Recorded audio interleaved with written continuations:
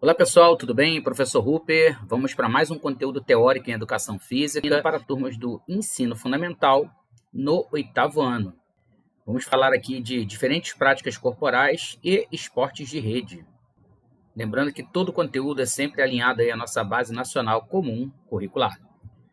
Bem, a gente inicia aqui falando de corrida de orientação e trilhas interpretativas. Tema bem legal para ser abordado, que inclusive a gente consegue fazer adaptações viáveis para dentro do ambiente escolar.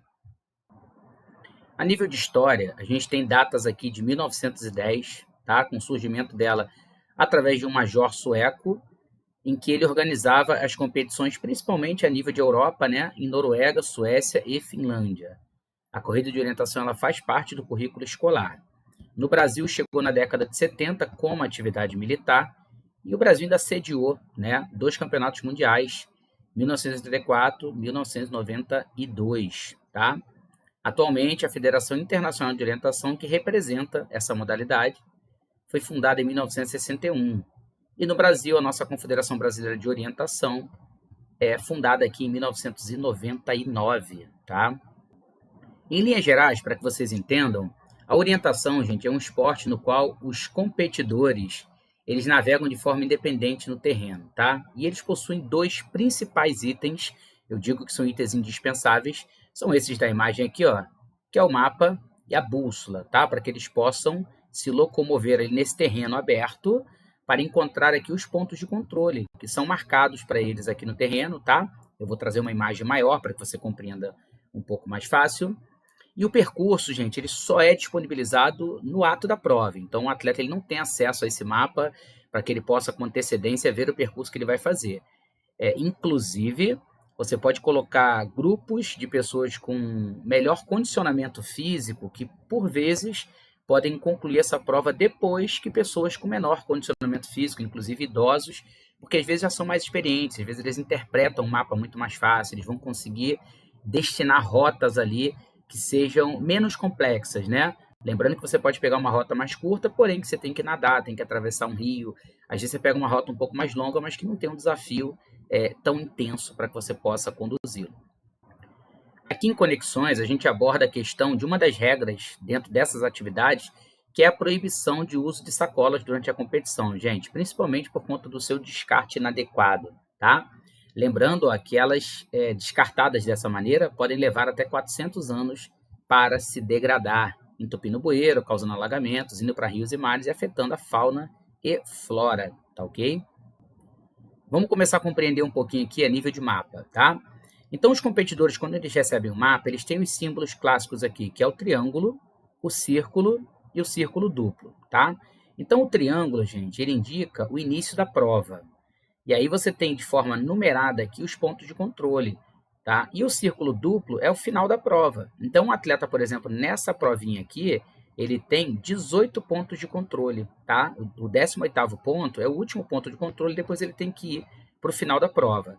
Então, se perguntado a você quantos pontos de controle, essa prova não tem 20, porque a gente não conta como ponto de controle o início e nem o término da prova, tá? Somente os pontos. Então, a gente tem aqui ó, a utilização, como eu falei, do mapa e da bússola para se deslocar nesse ambiente. O mapa do percurso, ele tem a representação, gente, do terreno. Então, se você tem, por exemplo, montanhas, se você tem um alto relevo, se você tem um lago, se você tem uma praia, se é um mapa que você está dentro de uma zona urbana, com prédio, né, ruas, estradas, então isso tudo vai estar indicado para o atleta aqui no mapa. Aqui uma imagem um pouquinho maior, para que a gente possa compreender, então, ó, início da prova, os pontos de controle, essa provinha tem 18, tá? E o final da prova.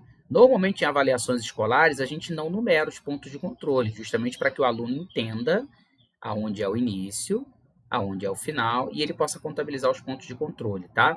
Até porque se o aluno confundir e achar que o símbolo do círculo duplo inicia a prova, a contagem aqui, por exemplo, dos pontos de controle pode não bater de forma correta, tá ok? Observa aqui no mapa, ó, quando a gente tem os altorrelevos, tá? Parte que é arborizada ou a parte de vegetação, ela vem também com a coloração específica, então dá para você identificar bem o seu percurso.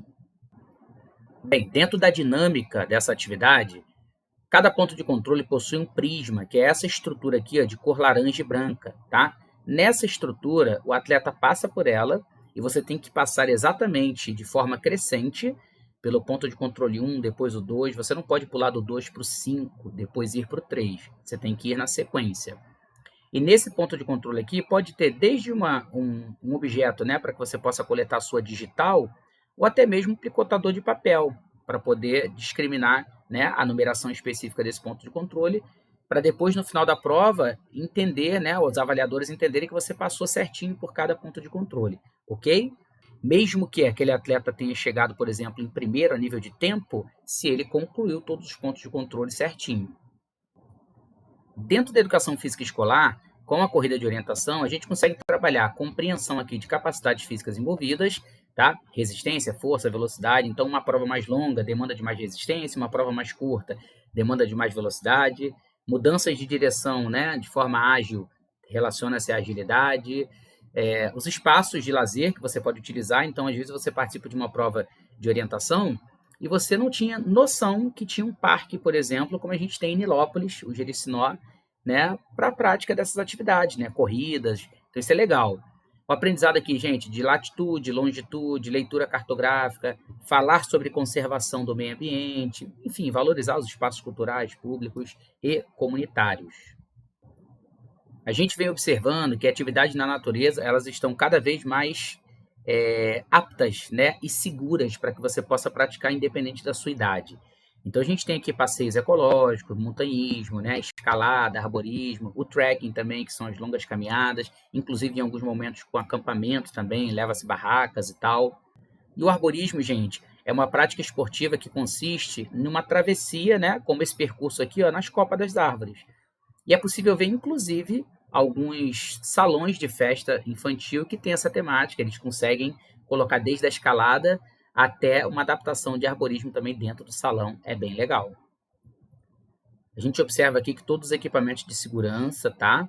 As idades aqui variadas, né? Sempre com instrutores. Então, é bem legal você também fazer parte dessa prática. Chegamos aqui ao hóquei de grama, uma modalidade que tem crescido muito no cenário esportivo, esporte também olímpico, tá? E o hóquei ele tem as suas variações que a gente vai observar. Em questão aqui a gente vai falar do hóquei sobre gramas. E o hóquei, gente, ele possui então aqui as suas modalidades, tá? No gelo, sobre patins, sobre grama e o derivado floorball, tá? Que muitas das vezes a gente utiliza em quadra poliesportiva. Bem, o hóquei no gelo ele participa das Olimpíadas de inverno e o hóquei sobre grama faz parte dos Jogos Olímpicos de verão. Bem, segundo a Federação Internacional de Hóquei, as raízes desse esporte estão ligadas a práticas realizadas na antiguidade. A gente possui aí registros de mais de 4.000 anos encontrados no Egito e outros cerca de 1.000 anos descobertos na Etiópia, indicando aí que já se praticava de forma mais rudimentar esse jogo. A forma de jogar que conhecemos hoje surgiu na Inglaterra, lá por volta do século XVIII, e a sua criação está relacionada ao aumento do número de escolas públicas no país. A primeira associação de hóquei foi criada em 1876 no Reino Unido e ela que foi responsável aí por organizar as primeiras regras do esporte. Chegamos à parte aí que a gente gosta até de cobrar em prova, tá? Que são as regras, né? A dinâmica em si do jogo. Então a gente possui 11 jogadores por equipe, 2 tempos de 35 minutos. Se houver empate, decidido aí numa disputa de pênaltis, não pode haver toque na bola com as mãos ou os pés. Somente o goleiro pode utilizar essas partes, tá? Não é permitido levantar o taco acima da linha do ombro e faltas dentro da área serão cobradas com pênaltis. A gente observa aqui que só serão válidos gols marcados dentro aqui desse círculo, tá? Se houver falta, gente, entre essa linha pontilhada e o círculo, a gente cobra um pênalti que é chamado de corner penalty, tá? Que é justamente aqui os jogadores da defesa atrás da linha de fundo, fora da área, jogadores de ataque, rola-se essa bola para a condução do jogo. Importante falar aí dos fundamentos e técnicas básicos, né? Questão da empunhadura, os passes, a condução de bola, batida, recepção e o desarme. A gente tem os mais diversos elementos aplicáveis aqui a esse jogo, tá? Então a gente tem alguns passes que são feitos com o início, você arrastando essa bola para depois realizar o passe é com o lado externo, né? Como se fosse um backhand, o lado externo do taco. Essa condução aqui a gente segura o taco com a mão esquerda ou com as duas mãos, tá? E para bater na bolinha, deve segurá-lo com as duas mãos na parte superior, até porque você gera aí um braço de alavanca maior para você ter mais potência nesse golpe. As recepções também são bem variadas, tá? Desde recepção baixa, recepção lateral. E olha que legal nessa imagem, que como você não pode encostar o taco no adversário, muitas das vezes deita-se o taco aqui no chão só para você impedir aqui a condução dessa bola, tá? Então, o atleta está em progressão, você deita e coloca o taco no chão para ele fazer o bloqueio da bolinha. Dentro aqui dessa parte de conexões, a gente aborda a questão da grama sintética, né? Um tema, inclusive, que está em alta agora no ano de 2025, principalmente por conta da questão da dinâmica do futebol soccer, que é o futebol europeu, de alguns clubes que optam pela grama sintética. Então, a gente observa aqui que eles são os campos, né, de hóquei, muitas das vezes eles possuem aqui a grama sintética. Esse material ele utilizou-se pela primeira vez no beisebol, por conta dos estádios, né, serem cobertos. A falta do sol fazia muitas das vezes a grama natural não resistir, ela morria, tá? No início a gente tinha uma base feita de concreto, deixava o gramado muito duro, e com a tecnologia ela passou a ser feita de material de borracha reciclável, porém, maior temperatura, esquentava mais. Bem, vamos agora para esportes de rede. A gente tem aqui um clássico aqui, que é o futevôlei, tá? Então a gente vai falar aqui do voleibol. A história do vôlei é bem legal e ela tem íntima relação com a história do basquete, ambas criadas aqui na cidade de Massachusetts, nos Estados Unidos. Então quem criou? O professor William Morgan. Ele recebeu a tarefa de criar um esporte com menor contato físico, principalmente pelo basquete estar em alta na época. Então ele adaptou lá, gente, com uma rede de tênis, decidiu colocar duas equipes entre essas redes e colocando os movimentos básicos, né? As regrinhas básicas de que a bola tinha que transpor essa rede e tocar o chão da quadra adversária para que haja ponto. Inicialmente o nome do vôlei era Mintonete. A mudança do nome do vôlei veio um ano após a sua criação. A ideia básica é jogar a bola por cima da rede utilizando as mãos. O esporte ele tomou uma dimensão muito grande, né? Hoje ele é o top 5 na maioria dos países, né? Ele é um esporte disparado aí, um dos mais praticados. A sua federação internacional organiza regras e eventos internacionais e atualmente é a federação que conta com mais países filiados, tendo aqui até 220 países. Beleza? O vôlei faz parte das Olimpíadas desde Tóquio, no ano de 1964, categoria masculina e feminina. Quando a gente fala em educação física, não só com o vôlei, mas qualquer modalidade esportiva, o foco não é no alto rendimento, não é na formação de atletas. Eu sempre comento isso com os alunos. A gente fica muito feliz quando a gente encontra alunos que têm um desenvolvimento psicomotor e um desenvolvimento apurado para as técnicas de algum esporte acima daquele básico que normalmente as turmas têm, tá? Mas não é o foco da educação física. Então, o foco é a execução o aprendizado da execução aqui dos fundamentos, tá? E não a sua execução perfeita. Que ele possa criar noção e até mesmo um aprendizado a nível das regras dessa modalidade e, eventualmente, com a família, assistindo aquele jogo, ele consiga compreender quando ele olha lá o placar, né? Ele sabe, por exemplo, quantos sets está para cada time, ele sabe o porquê, muitas das vezes, quando você chega ali na intenção de chegar aos 25 pontos, né? E uma partida chega a 24, por que prorroga para 26 e assim sucessivamente? E tendo o domínio desses fundamentos básicos, né? Da modalidade do voleibol, isso possibilita a ele participação de outros esportes. Eu costumo dizer que os 4 grandes esportes da educação física brasileira, que é vôlei, basquete, handebol e futsal, eles são os alfabetizadores a nível motor para outras modalidades que muitas das vezes têm relação íntima com esses 4 grandes esportes. Dentro de fundamento, a gente começa falando aqui, gente, do toque, tá? Então, é um dos fundamentos mais importantes do vôlei. A gente pode realizar situações de ataque, inclusive algumas defesas quando a bola está alta, né? Acima principalmente da altura do rosto. Então, a gente observa aqui, ele como forma de defesa, como eu disse, acima da cabeça, tá? E ele, muitas das vezes, ele prepara, né, como forma de levantamento, um ataque. No terceiro golpe, por exemplo, para que alguém possa realizar aí com intenção de ponto para sua equipe.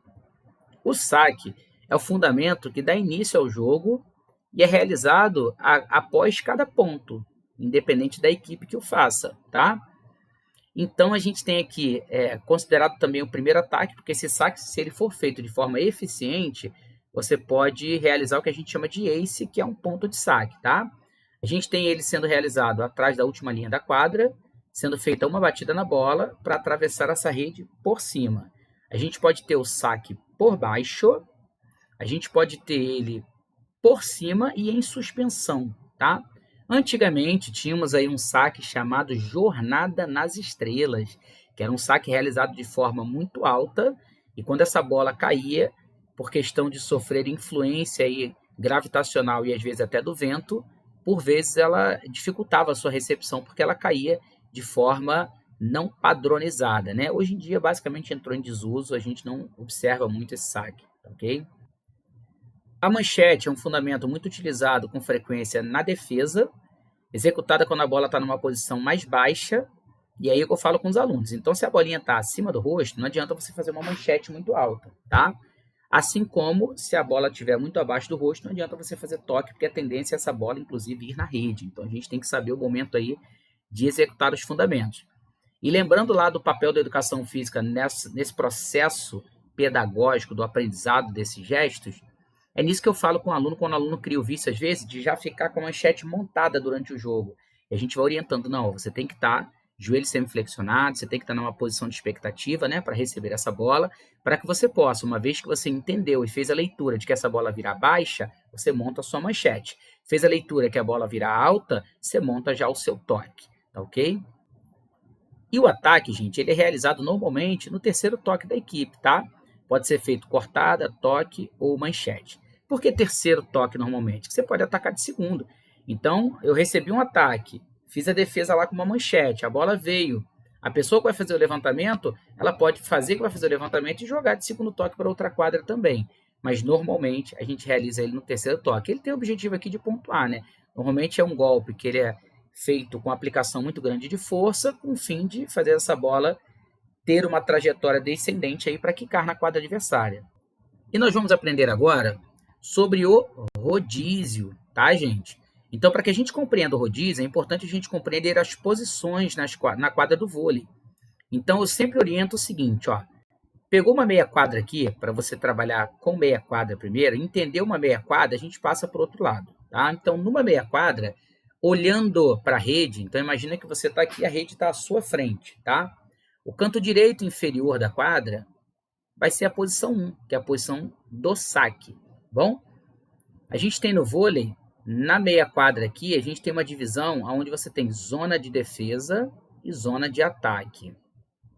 Então, eu costumo falar assim, ó, desenhe um relógio aqui do lado e desenhe os seus ponteiros. No sentido horário, ou seja, no sentido que o relógio gira o seu ponteiro, é feito o rodízio. No sentido anti-horário, sentido contrário do giro do ponteiro, é feito a forma crescente dos números.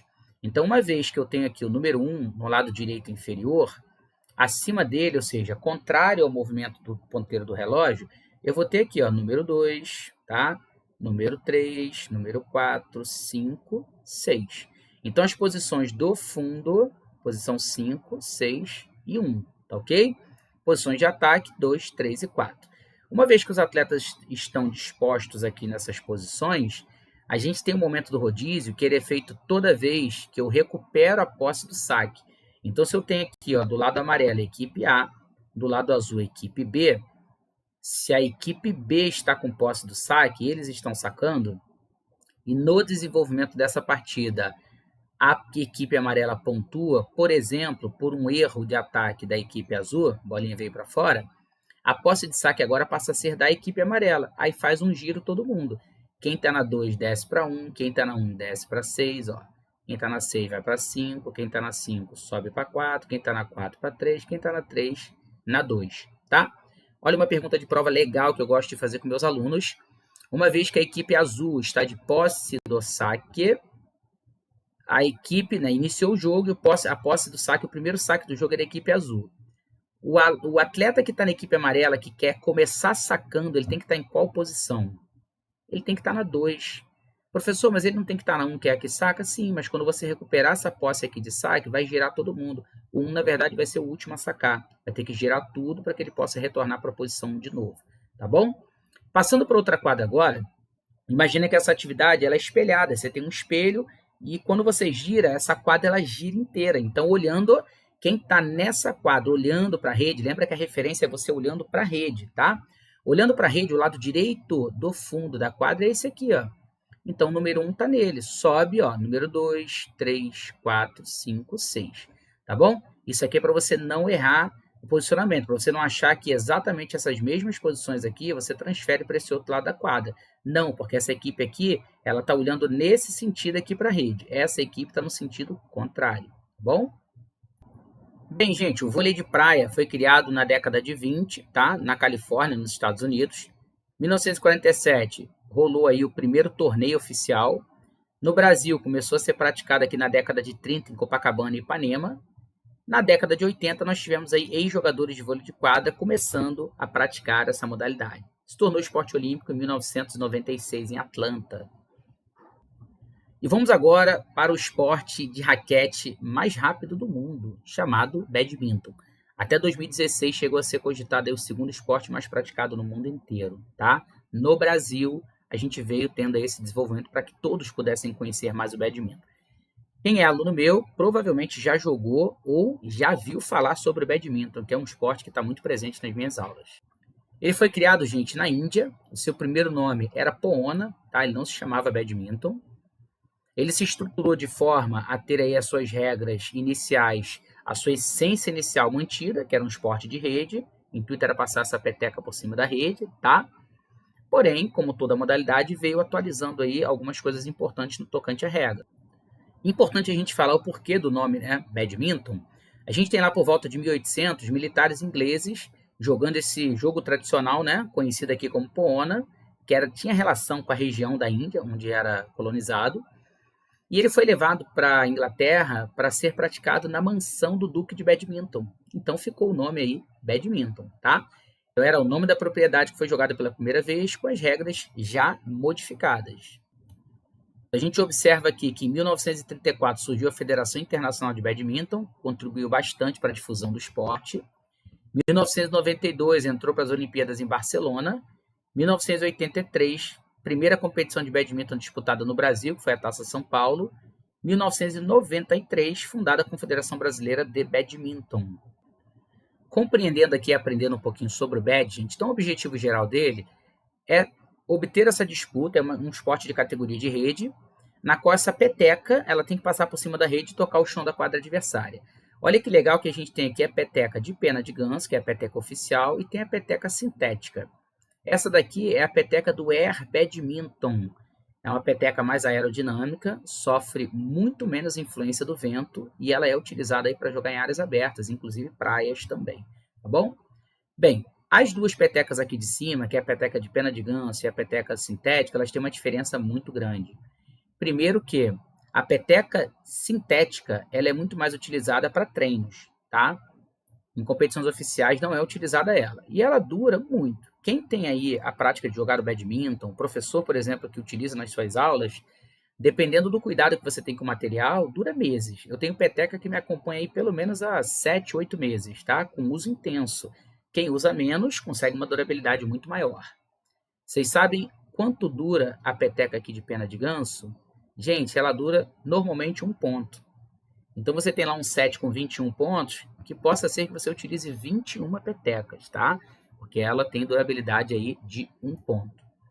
Bem, no BAD a gente tem aqui categorias individuais e coletivas. Então a gente tem duplas, podem ser duplas masculinas, duplas femininas e duplas mistas, tá? Ele é um dos esportes aí que possibilita dupla mista. Tem a sua rede aqui com a altura de 1,55 m. Para a produção aqui das petecas com pena de ganso, a gente utiliza aqui a retirada dessas penas, né, com animal vivo, tá? A gente utiliza muito do lado esquerdo do ganso, porque é um lado mais vascularizado, e o ganso, normalmente, o lado direito, algumas literaturas mostram que ele dorme do lado direito, e em alguns momentos de batalha com outros animais, até com outros gansos, ele utiliza também para defesa. Então, ou seja, a qualidade das petecas do lado esquerdo é muito melhor, tá? E aí, como eu falei, tem esse contexto, né? Há uma reflexão muito grande do porquê fazer esse uso, do porquê não padronizar a questão da peteca sintética, mas quem já jogou com a peteca de pena de ganso sabe que a gente tem uma jogabilidade ali diferenciada. Fundamentos básicos, gente, forehand e o backhand. Então, forehand aqui, né? A gente tem aqui 2 atletas destros, tá? Lado direito aqui. Então, forehand, você bate com o lado interno da raquete. O backhand, o lado externo. Essa é a mesma regra para todos os esportes de raquete. Se a gente observar, por exemplo, o tênis de campo, se a gente observar o tênis de mesa, se a gente observar o frescobol, tá? Que a gente fala sobre a questão da batida preferencial e não preferencial, que seria o forehand aí no caso do frescobol. Quanto ao saque, gente, vamos observar aqui um parâmetro básico, tá? Então, ele é realizado sempre na diagonal, dentro da área de serviço. Então, assim, de um lado direito para o outro lado direito da quadra, tá? Em duplas, você pode ter aí a sua dupla localizada em qualquer área do lado da quadra dele, desde que ele não bloqueie a visão do adversário.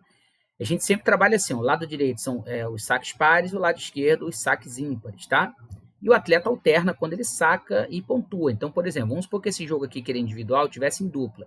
Eu tivesse a outra dupla desse lado e esse atleta aqui, que é o Igor Coelho, a outra dupla desse lado. Então, se esse atleta aqui pontua, vamos supor que a partida está 0-0. Ele está aqui do lado direito porque é um ponto zero, né? Após o ponto zero é um número ímpar, então ele vai sacar do lado esquerdo. Então, ele realiza o saque aqui, lembrando que a peteca não pode estar muito acima da linha do quadril dele, tá ok? Então, ele foi e golpeou aqui a peteca. Fez o ponto, ele continua sacando, a dupla dele passa para esse lado e ele vem para o lado esquerdo. Então, ele vai sacar aqui um ponto ímpar. Ele sacou para o outro lado, tá? Fez o ponto, ele troca de novo de lado. Então, ele vai ficar alternando com a dupla se ele estiver sempre pontuando. Para fechar aqui no resumão, a gente tem a melhor de 3 sets de 21 pontos. Quem vencer 2 sets ganha. Assim como no vôlei, tem que abrir 2 pontos de vantagem. Então, se você ficar 20-20, vai a 22. Qual é a diferença clássica? A diferença clássica é que se houver empate aqui 29-29, vence quem fizer o 30º ponto, tá? 29-29 vai vencer aquele que fizer o ponto número 30, tá ok? O lado que vencer um set irá servir primeiro no próximo. Então aqui a gente tem um exemplo das duplas, olha que legal, ó. Então se essa atleta aqui saca e ela pontua, ela passa para esse lado, esse atleta passa para cá e ela continua sacando. Aqui a gente tem um exemplo de duplas mistas no badminton, tá ok? Gente, espero que tenha ficado claro o aprendizado para vocês. A ideia sempre dos meus conteúdos é passar de forma muito objetiva e de forma muito direta para que você possa se deparar com esse conhecimento, que pode ser já do seu dia a dia ou não, mas que você possa de forma rápida, simplificada e muito dinâmica compreender todos esses elementos, tá? Espero que vocês tenham gostado. Se ajudou você e você quiser que outras pessoas tenham acesso a esse conteúdo, envia aí, ó, esse aqui é o meu YouTube, tá?